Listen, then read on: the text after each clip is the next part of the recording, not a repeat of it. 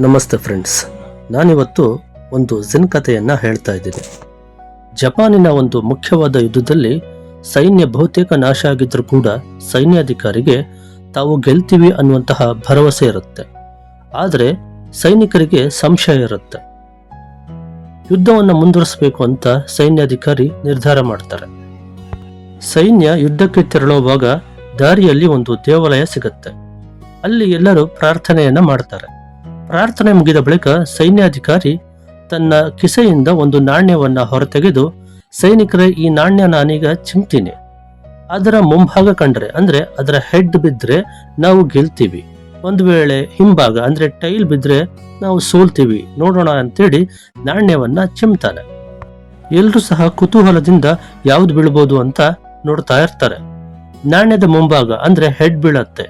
ಆಗ ಎಲ್ರಿಗೂ ಕೂಡ ಸೈನಿಕರಲ್ಲಿ ಒಂದು ಭರವಸೆ ಮೂಡುತ್ತೆ, ನಾವು ಗೆದ್ದೇ ಗೆಲ್ತೀವಿ, ದೇವರೇ ನಮಗೆ ಆಶೀರ್ವದಿಸಿದಾನೆ ಅಂತೇಳಿ. ಅವರು ಶತ್ರುಗಳೊಂದಿಗೆ ತುಂಬಾ ವೀರಾವೇಶದಿಂದ ಹೋರಾಡಿ ಯುದ್ಧದಲ್ಲಿ ಗೆಲುವು ಸಾಧಿಸ್ತಾರೆ. ಗೆದ್ದ ನಂತರ ಸೈನಿಕರು ಹೇಳ್ತಾರೆ, ವಿಧಿಯನ್ನ ಯಾರು ಬದಲಿಸೋದಕ್ಕೆ ಸಾಧ್ಯ ಇಲ್ಲ ಅಂತ. ಆಗ ಆ ಸೈನ್ಯಾಧಿಕಾರಿ, ಹೌದು ನಿಜವಾಗಿಯೂ ಅಂತೇಳಿ ತನ್ನ ಕಿಸೆಯಲ್ಲಿ ಚಿಮ್ಮಿದ್ನಲ್ವ ಆ ನಾಣ್ಯ, ಅದನ್ನ ಮತ್ತೊಮ್ಮೆ ತೆಗೆದು ತನಗೆ ತಾನೇ ನೋಡ್ಕೊಳ್ತಾನೆ. ಆ ನಾಣ್ಯದ ಎರಡೂ ಬದಿ ಕೂಡ ಹೆಡ್ಡೇ ಇರುತ್ತೆ. ಸೈನಿಕರಲ್ಲಿ ಆತ್ಮವಿಶ್ವಾಸವನ್ನು ತುಂಬಿಸುವ ಸಲುವಾಗಿ ಸೈನ್ಯಾಧಿಕಾರಿ ಈ ಒಂದು ತಂತ್ರವನ್ನ ಮಾಡಿರ್ತಾನೆ.